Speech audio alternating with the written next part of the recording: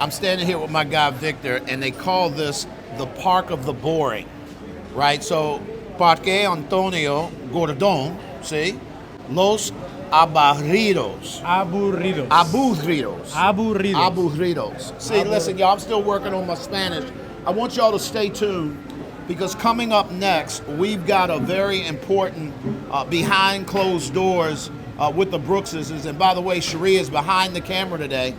But we're talking to my guy, Victor Peretz, and he's going to help you guys understand what you need to know about El Chorrillo, okay? Stay tuned. We'll be right back for Behind Closed Doors with the Brookses.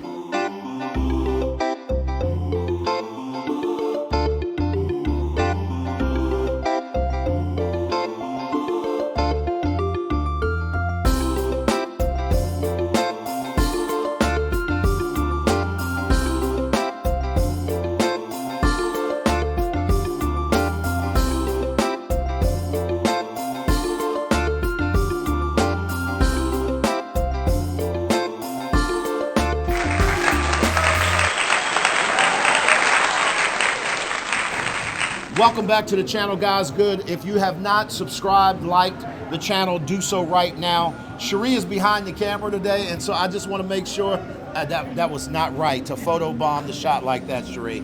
She's here, but today I'm talking to my good friend Victor. Victor is doing some amazing things, just so that y'all know. Yeah, just so that y'all know she's here. She's here. Babe, come on now. You're messing up the shot. Victor, I want you to talk to people a little bit about your traditions. Coming from the Guna tribe, you're Panamanian, but you are from the indigenous people here in Panama, but you spent much of your life here in El Chorrillo, and it's a beautiful place, but it's such a misunderstood place, and there's a bunch of reasons why. Can we go a little bit in your backstory? Let's talk about your organization and what you're doing to help turn the tide here. Okay, Glenn, thank you again. Like I said, it's an honor to be here, so thank you for your time. So my name is Victor. I'm Victor Peretz, originally from the Kuna tribe, from the San Blas Islands. We call it Kuna Yala, okay? Kuna because when I was a child, I was born, I grew up there, and then, I am here in Panama City, in El Chorrillo. So I have, for example, these two mentalities. I think as a Kuna, when I'm with my people, with my family, but also in the city where I raised, and then so it's very important for me to understand like two sides, how the city life is and how the community in the Cunayala island. So Local In PTY, it's an organization that I started basically because it's very important to understand the place where we are today, El Chorrillo. Chorrillo, it's been a very dangerous neighborhood. I don't know if this is... It's okay, it's okay. Guys, so that you know, we are standing in the middle of the plaza. We're going to tell you a little bit about this square and the importance of it, but for all intents and purposes, we're in the center of all the things El Chorrillo. I promise you. Just got finished eating over at a local funda, and it's a situation, but as a member of this society, you've grown up here and done some very different things. Yeah, so basically, I started, I was working at the hotels before in Panama City. So I've been working there, but I was very, tired. I wanted to do something more meaningful for myself, something meaningful for people. So that's when I created Local In PTY. It's Local In PTY basically is an opportunity for visitors, for travelers to come and see Panama in a local way. So that's why doing this, I also wanted to give back this to the community, especially to the kids, because this reminds me when I was a kid, I grew up lack of opportunity, education, a lot of things, when I am from. But today, I wanted to use Local In PTY Kids as an opportunity for the kids to learn English, to do educational activities, sport, different things in this community called El Chorrillo. Chorrillo is a very important place. It's a neighborhood that many people, they have a very bad reputation about the area, but I think it's very important as a Panamanian to show the real side of Panama, and that's what we are doing here in El Chorrillo. I love it, guys. I love it. So I want you guys to understand, by the way, we're going to put all of Victor's information We're going to link it in the descriptions below, and I want you guys to make sure you check it out. If you're traveling to Panama and you want to get a local experience, whether it's in the San Blas Islands, where Victor's people are from, or if it wants to take a tour of El Chorrillo in a way to take in the history, I promise you, when this guy walks you around, you're not just seeing the poor little people in El Chorrillo. No, no, no. You're understanding the richness of this culture and how it went from what it was to what it is now, and it'll give you an education from a local's perspective. Speaking of local, Victor, your organization is a part of helping kids develop the kinds of skills that it takes for them to win in life. Can you talk a little bit about Local PTY Kids and how that works? Yeah, so Local In PTY Kids basically started when I was walking the area, the neighborhood. I saw how many kids they were behind me, because it is something new seeing tourists walking the neighborhood of El Chorrillo. Yeah. Because many people, they always say, don't go to El Chorrillo, it's dangerous, right? So every time I come with people from all over the world, there are kids looking at me. The kids, they come, like, oh, where are they from? Why they speak like that? I said, wow, this is English. So they wanted to try. Every time they see me, they were asking, they were making questions, right? So and then this day, I wanted to, create something with purpose, something meaningful. Yes. So then I started, bringing people and doing voluntary now, Yes. right? So that's how kids, they started coming. Every time they see me, I come with people from all over the world. They want to play, they want to listen, they want to exchange, they want to learn. So they're curious, they're kids, right? So they want to do something. I love it. That's how Local In PTY Kids started, right? Yeah. Because of the curiosity of these kids. Yes, I love it. One of the things you also notice is that they host a lot of their events inside the local police station. Can you talk a little bit about, with the police department and the presence? Y'all, for those of you guys from the U.S., you'll remember the day, back in the day, when police officers were a part of the community.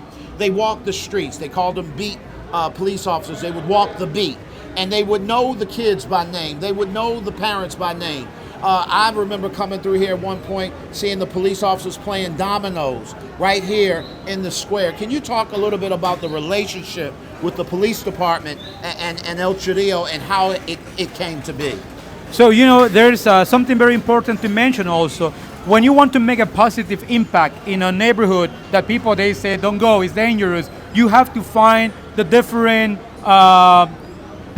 people who are making different positive impact. So one day when I was walking, I saw these police officers playing with the kids, right? So then I approached them and I was asking, how can I bring people from all other places to join, play, and do something with the police, right? So and then they told me, well, there's a place called UPC. I didn't know about UPC until they shared with me UPC. UPC in Spanish is Unidad Preventiva Comunitaria. So basically they're the community police, right? Building relationship in the community with the kids, with adults, especially women also. So they do different workshops. So I was just very impressed, when they told me this. And I said, well, then I want to be part of this, right? Absolutely. So I want to bring also outsiders to do something with the kids. So that's how we ended up working together with the police officers. I love so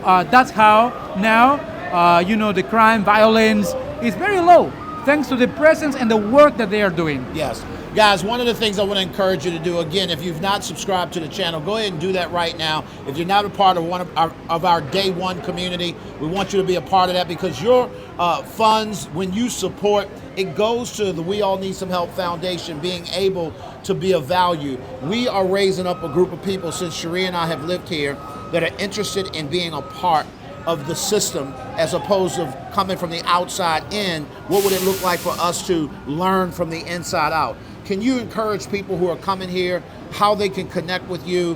What are some of the things you're going to take them out to do? I've seen the footage. You guys do some pretty incredible things when people come here. It's more than a travel tip. It's more than a trip. It's an experience, Victor. Exactly. Well, I remember when I started, this, I was thinking how can I use,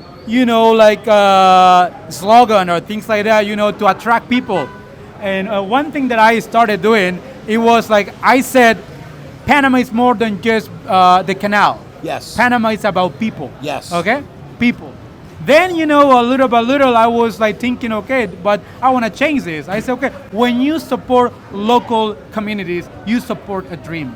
Okay? Yep. And this is another. So that's why I think like I invite people, I invite you that watching like this, a podcast with Glenn, and I am super excited because I know there are a lot of people coming to Panama, but they don't know where to go, where to help, or how to do this. So check Local in PTY, check Local in PTY Kids, and then you see the work we are doing. We are inspiring, Panamanian, we are inspiring travelers to join, to do to create a meaningful travel experiences for them, right? Because I think Panama is more than just beautiful beaches. Panama is about people, culture, traditions. So you really connect with people. So if you're looking for meaningful travel experiences, join us, and you will live the local experience. That's, I think, the soul of Panama. The soul of Panama is the people. Absolutely. Okay? So Absolutely. you connect with people. Absolutely. I think this is the most important for me. 100%. And I'm going to piggyback, and we're going to end it here, guys. When you talk about the soul of a matter, you're talking about the mind, the will, and the emotions. At the We All Need Some Help Foundation, our goal really is to help impact people's souls. And we are going to bring opportunities to you that gives you an opportunity to be involved in people's lives. I think there are 3 fundamental things every human being needs. They need to be seen, they need to be felt, and they need to be heard. Growing up in South Baltimore, I know what it's like not to be seen, right? I know what it's like not to be heard. I know what it's like for people not to feel me, right? I want you guys to think of Panama very differently. Cherie and I have made this our home. It's more than all of the things that we show, and we're going to show some great things, but we're also going to show some things that may be perceived as not so great. And we want to tell some of the stories behind that. So when you come, you look Victor up again, click the link in the descriptions below. You're going to find out about it. And if you're a part of the Breakfast in the Word community, y'all know about First Saturdays. Get ready, because we're going to be doing what we're calling First Serve Days, where we're going to come down, boots on the ground, and get involved with organizations like Victor's so that we can be the hands and feet of Jesus, because that's how he would serve. At the end of the day, here's what I can promise you. You cannot get to any place of significance by yourself, guys, and it's because we all need some help. Y'all be good, and we'll catch you on the next episode of Behind Closed Doors with the Brooks Sisters and Victor.